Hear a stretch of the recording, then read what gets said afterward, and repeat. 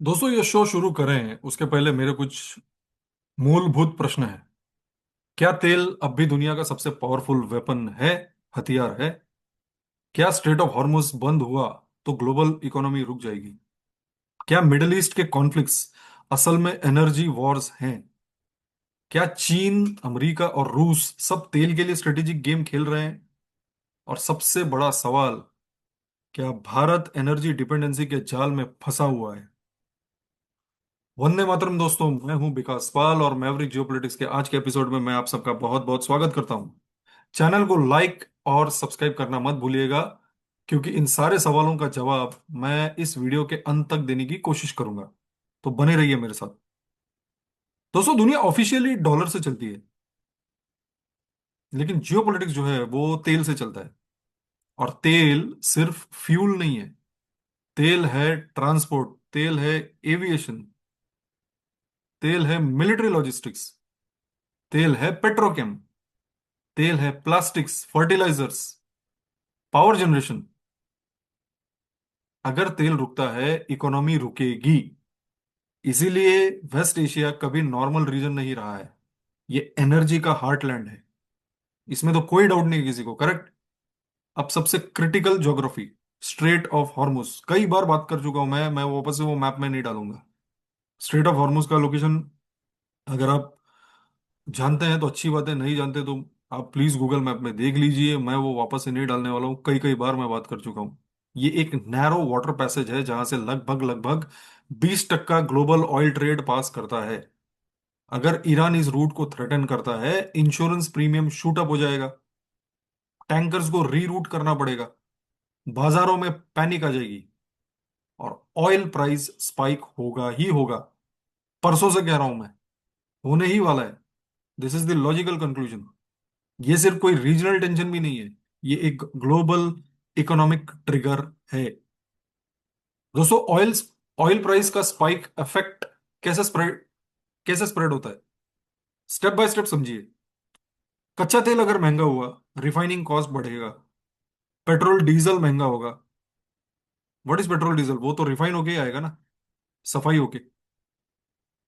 Petrol diesel बढ़ेगा तो freight आपका महंगा होगा, माल ढुलाई महंगा हो जाएगा, food inflation will spike, manufacturing cost आपकी बढ़ जाएगी, स्टॉक मार्केट सीधे सीधे प्रेशर में आ जाएंगे।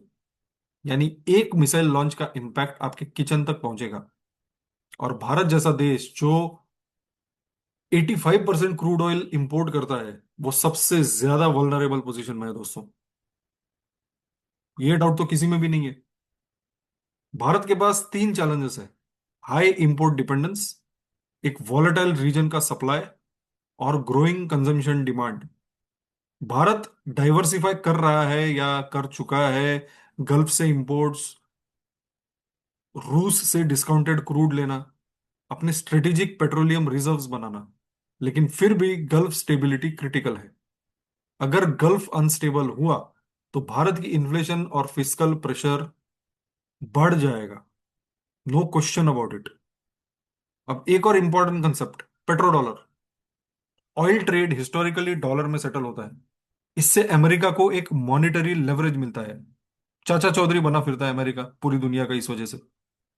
ईरान जैसे सैंक्शन देशों को ऑल्टरनेटिव सेटलमेंट का ऑप्शन ढूंढना पड़ता है फिर, कि मैं डॉलर में तो ट्रेड कर नहीं सकता क्योंकि मेरे पे सैंक्शंस है, तो मुझे और कोई तरीका ढूंढना पड़ेगा।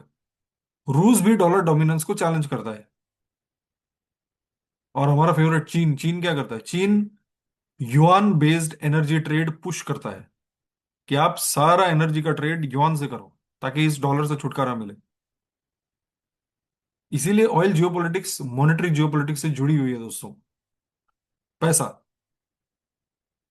कैटरीना कैफ का वो गाना था ना, पैसा पैसा करती है क्या, पैसे पे तू मरती है। जी हाँ, बिल्कुल।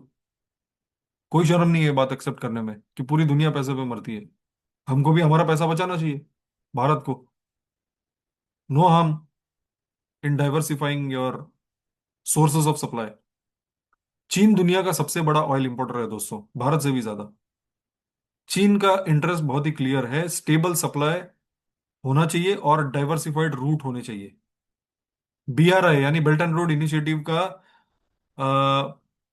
पार्टली एनर्जी कॉरिडोर जो है वो सिक्योर करने के लिए भी है इस फैक्टर को, कि मैं ये जो रिस्की एरियाज हैं यहां से अपनी कंटेनर ना निकाल के I will go through the silk route, the traditional silk route, जो चीन को सेंट्रल एशिया के थ्रू यूरोप कनेक्ट करती थी पहले, आज से हजारों साल पहले। ईरान के साथ चीन के long term energy agreement security का पार्ट है। अगर गल्फ अनस्टेबल होता है, चीन अल्टरनेटिव पाइपलाइन कॉरिडोर्स एक्सप्लोर करेगा, कर भी रहा है, बना भी रहा है। Energy strategy global power status का पिलर है दोस्तों। एनर्जी स्ट्रेटेजी के बगैर कुछ नहीं हिलता दुनिया में। अगर कॉन्फ्लिक्ट एस्केलेट होता है, टैंकर रीरूट होंगे अफ्रीका से, ट्रांजिट टाइम भी बढ़ेगा और आपका फ्रेट कॉस्ट भी बढ़ेगा, और इंश्योरेंस रिस्क का प्रीमियम भी एक्सप्लोड हो जाएगा। क्यों? बहुत रिस्की एरिया है वो, वहां पे सोमाली पायरेट्स हैं। हालांकि भारतीय नेवी ने काफी कंट्रोल किया, बट देन स्टिल बहुत ज्यादा रिस्क है वहां पर।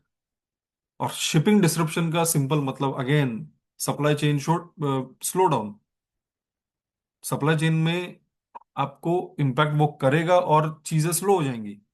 कोविड के बाद दुनिया ने देखा था सप्लाई शॉक का, सप्लाई सप्लाई शॉक क्या होता है।